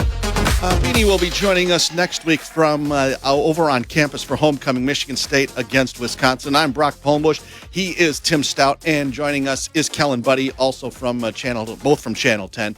Very happy to have them with us today, and looking forward to next week homecoming. But right now, we're very happy to be joined. It's not every day you get to talk to two guys related to the Heisman Trophy. One is Jordan Palmer. He is the noted quarterback developer guru, so to speak. He's a former college quarterback at Texas El Paso and quarterbacked in the NFL. He's now going to be affiliated with the XFL coming up next season. And, of course, he's the brother of 2002 Heisman Trophy winner Carson Palmer. Jordan Palmer is joining us, and also the 2006 Heisman Trophy winner from The Ohio State University, Troy Smith. They're both joining us here on the phone, and they're at out at the Caesars Sportsbook tailgate that's going on. Gentlemen, guys, what's going on? How you doing? How you guys doing? We're very happy to have you join us. You'll be talking with Tim Stout and Kellen Buddy. Gentlemen, go ahead. So, Troy, did you play at Spartan Stadium? You must have played at Spartan Stadium at least once during your career, correct? I did play at Spartan Stadium, and it wasn't a scorched earth tour, but we tore it up that day. Now, for the two of you guys, what are you doing today? What are you doing in pregame? And how do you see the game today from an objective standpoint? Everybody in the world thinks Ohio State's going to romp in this game. Do you guys go along with that the same way? Yeah, so we're here. We're working with Caesars Sportsbook. Honestly, it's super fun. I mean, Troy and I have known each other since high school. Same draft class, did some college camps together. I think we were roommates, one of them. Yeah. So way back, haven't seen each other in a couple of years and have stayed in contact. So fun day, talking ball, shooting content here with some folks from Caesars Sportsbook. And, yeah, as far as today goes, I mean, I am on the Ohio State bandwagon today. I've been really surprised to see Michigan State not build on the great year that they had last year. Troy and I are both mutual friends with Coach Mel Tucker. Mm-hmm. You know, he recruited you to Ohio State, right? Yeah, he's more of a father figure for me. If it wasn't for him in a lot of different ways, I wouldn't have made it through Ohio State. I had delusions of grandeur early on, and him and Ted Ginn Sr., plus Joe Daniels, God rest his soul, and Jim Tressel all helped shape and morph me into the guy that I was. Yeah, and I played with Mel. He was a defensive coordinator on two different NFL teams that I played on, and has become a friend over the years. So, yeah, with Michigan State, I love what they've been building. I've just been surprised so far, particularly the Washington game, how it's gone. And I've been not surprised with how it's gone for C.J. Stroud. I've been around him since he was a sophomore in high school. He's out from where I'm from. Spent a lot of time the last couple off seasons with C.J. Mm-hmm. And to be honest, I think he's going to get the Heisman this year. And I also think that really this is his second year of playing real football at a high level. And so he's just only going to get better. And really build this year. And he's got the makings of one of those, Heisman top 3 pick and really roll into your professional career. So I would expect today to be an opportunity for some big numbers and maybe even a moment. Yeah, no doubt. Everything that Ryan Day does for the offense and for the team usually has a, players first mentality. And to me, when I watch the games, if we can keep the kid upright, Ryan Day calls plays that makes C.J. Stroud look like the Heisman Trophy winner. So I'm all for it. Troy, you said you guys ripped it up in that 2006 season. Do you remember the final score at Michigan State? I don't remember the final score, but I do remember throwing some nice touchdowns to Robisky and Gonzalez. And, we had a good day, man. It was a very tough, hard-fought game. Mark D'Antoni has always been, like, if it wasn't for Dino in a lot of situations, mentally, for me, the X's and O's on the defensive side, he helped me make it all clear. He kicked my butt a lot in practice, so we just had to return the favor on the field that day. Well, it was a good enough effort. It was a 38-7 win over the Spartans. Oh man! What are we thinking for this week? The Buckeyes are a 27-point favorite. Do you see something like 38-7? Do you think it's going to be maybe a little more of a disparity, if that's the correct word, a little bit of a bigger spread in this one? I'm cool with the 27 points.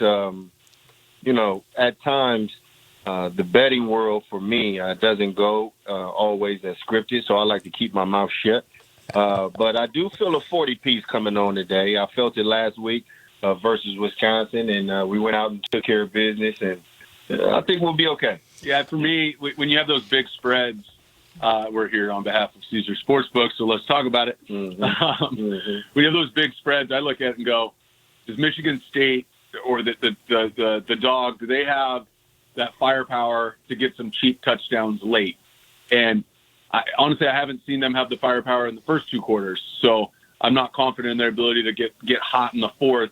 And then, I'm sure Michigan State has a lot of prized recruits here driving around on golf carts right now, checking out facilities, getting ready to see it. Ohio State knows that.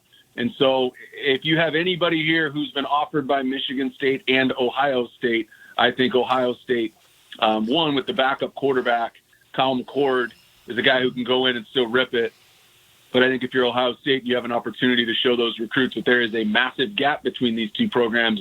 It's in your best interest to expose what that gap exactly is. So I like the over as well. And I like them covering as well. And guys, just want to reintroduce. We're speaking with Jordan Palmer and 2006 Heisman Trophy winner Troy Smith from Ohio State. They're appearing courtesy of Caesar Sportsbook, the truck tour they've been on all week long, and they are over at Spartan Stadium. They're going to watch the game today.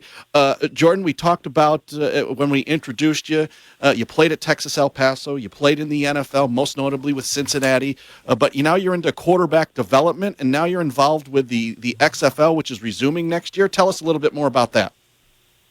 Yeah, it's really exciting. Dwayne Johnson, his partner Danny Garcia and Redbird Capital came in, and from a business perspective, football is the only sport where we don't have a true developmental league. We've just let college be that, and clearly there's been issues with how that works with the emergence of NIL and all that. But, the LPGA Tour has a developmental league. Cricket has a developmental league. Soccer, baseball, basketball. So I think we've needed it. This is the biggest sport we have in this country. Quarterback is the most important position in all of sports in this country. And so we need we've had, the AAFL, USFL, TSL. I played in the UFL. We've had all these leagues that tried to be that. But what I love about it is the leadership. Dwayne Johnson, The Rock, he says he needed this league back when he was trying to make it. I lived at my in-laws' house for 2 different years and borrowed my brother-in-law's truck in between seasons for me. Troy, you probably lived that life too, bouncing around, waiting for a call. There was no place to develop. Yeah. I'm a 7-year vet that 2 of those years was throwing went back to my alma mater to throw with the high school kids during the season. So what I've done is I'm coming in and help curating the quarterback development across all 8 teams, all 27 quarterbacks. I had the first a dozen quarterbacks out in September. The next group comes out. That group comes back, in 2 weeks. So I'm getting a week with them each month, September, October, November, December, and help curating the overall development as they approach the January 8th start of the season in training camp for the XFL. I think fans fans who love football are going to have some football to watch in the spring that's really competitive and high level. Yeah. And I think NFL teams are really excited. These players don't just get to play in games, but they get developed by great staff. And it's going to be best in class all the way around. And so it's just an incredible opportunity. And I needed this league, 15, 20 years or whatever it was years ago. And I'm excited to be a part of the solution to what I think is a problem. And that's the development of players when they're just barely off a roster. Yeah, you mentioned, Jordan, the necessity for a league like this. What's been the feedback from the players that are going to be able to participate in this? Are they kind of relieved that they have another chance to kind of prove that they are worthy of making it into the NFL? What's the feedback been like from players? Yeah, it's been unanimous across the board. These guys are just, feel blessed to have an opportunity. One, an opportunity to compete and put tape out there. Two, an opportunity to, train with me for 6 months, which is not free. And so it's all part of that. And then to be around great coaches. You got guys like Wade Phillips and Bob Stoops, great position coaches across the board. And then it's The Rock. And the list of businesses that he's put his name on and invested his money into that have failed, that list doesn't exist. This guy does not lose. And so, one, it's great to have an owner that is successful, but it's another thing to have an owner who's like, I'm developing the product that I needed when I was playing. There's some passion and some real, like, his why is attached to this. And I can feel it in the conversation that we have. So, I think this is definitely poised to be the most successful developmental league of all the ones that have attempted. And Russ Brandon is the president. He was the president of the Buffalo Bills for 20-plus years. Took the smallest market in all of, really pro sports, really, and made it, the Bills and Bills Mafia. When you see a team like the Buffalo Bills have the fan base that they have, it's not just because they went to 4 straight Super Bowls. It's because there's people behind the scenes that made that brand and made that team so beloved. And the guy that was instrumental in developing the Buffalo Bills into what they are today is the guy that's developing this league. So I just love leadership from the top down. Last question, and this one's for Troy. Troy Smith, 2006 Heisman Trophy winner at The Ohio State University. Where do you keep your Heisman Trophy? It's very safe. Early on, I had to learn to not keep it out and about. Remember coming off of whichever versions of work it was back in about 2009. And once I got home, my nephew at the time, who was about 2 or 3, was hanging upside down from the Heisman Trophy's arm. So I made sure that I put it up and put it in very, very safe confinements. I get a chance to see it whenever I want to. It's back in Ohio, but it's safely locked up, and it only comes out, at special occasions.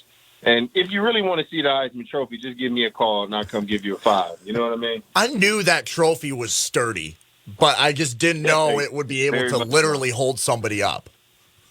Yeah, it's 50 pounds, man.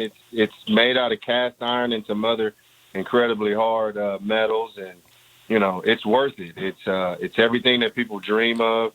And when you see people hoisting that trophy up and smiling, just know that their arms are shaking underneath because that thing is heavy as hell. Oh, outstanding. Jordan Palmer and Troy Smith, thanks so much for joining us. They're appearing courtesy of Caesars Sportsbook Truck Tour, which is weekly all over the place, college and NFL. Jordan, Troy, thanks so much for joining us. We really appreciate it. Enjoy the game today. Thank you, too, man. Good to meet you. Thank you. Thanks, guys. Wow. 50 pounds? I didn't know it was 50 pounds, guys. I thought the Stanley Cup was the heaviest trophy. And that's 35 pounds. Yeah. And that thing's pretty cool. But I didn't know it was 50 pounds. We got one more break to get to. We got predictions to get to. And we're going to update all the scores around around college football, including the Michigan-Indiana game. And we'll get to that coming up on the other side. You're listening to the Whitelaw PLLC MSU Football Tailgate Show on Lansing's Big Talker 1240 WJIM and Classic Rock 94.9 MMQ.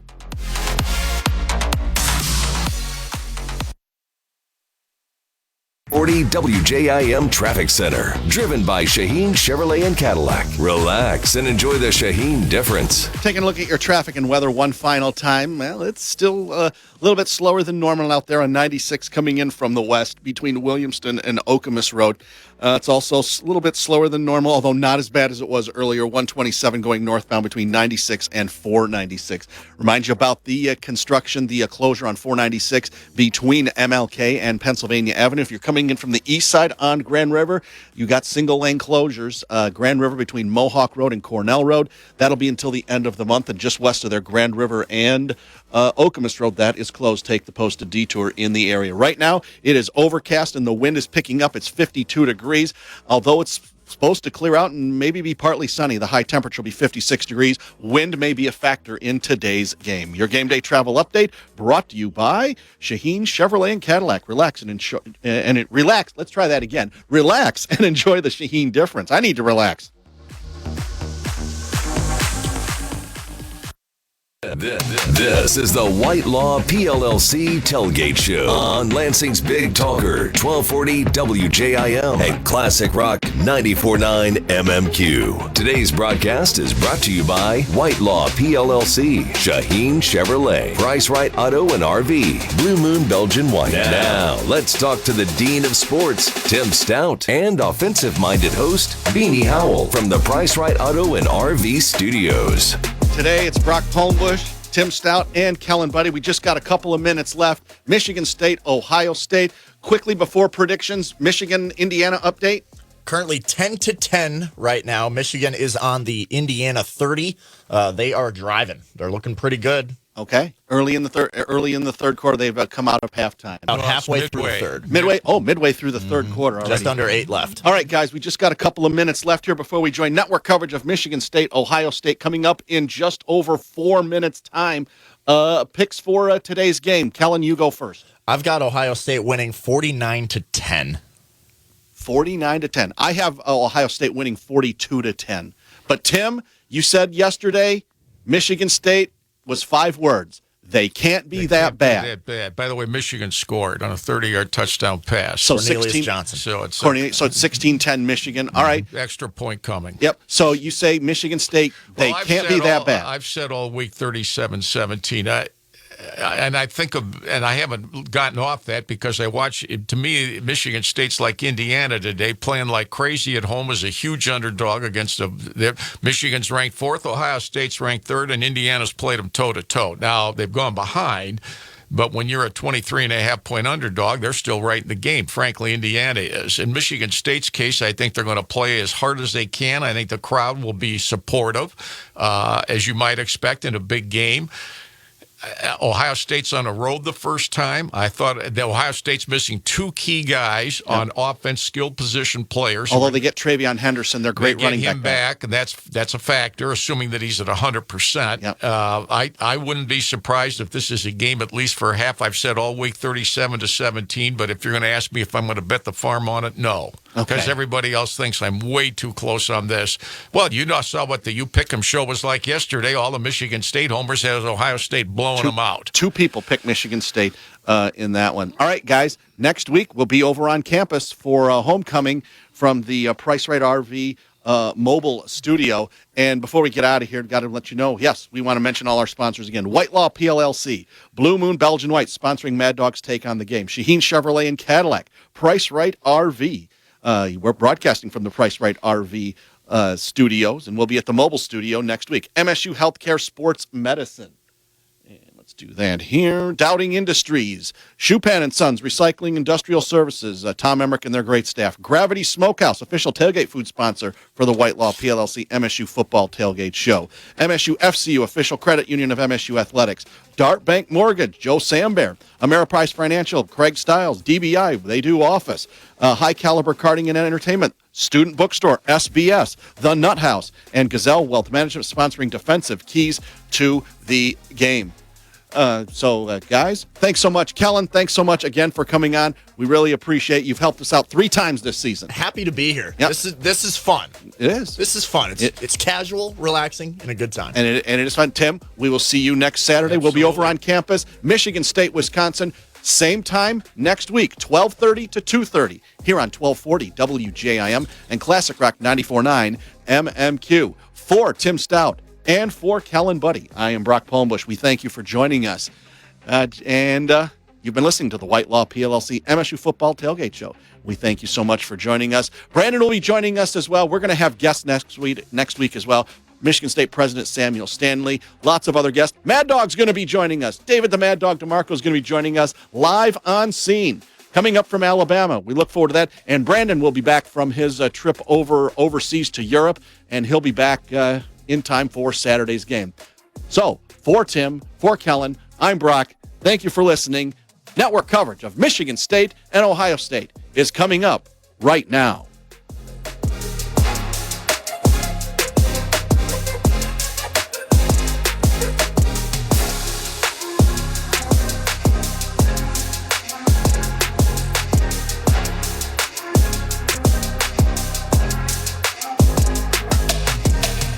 Lansing's Big Talker, 1240 WJIM Lansing, and Classic Rock 94.9 WMMQ East Lansing, Town Square Media Stations.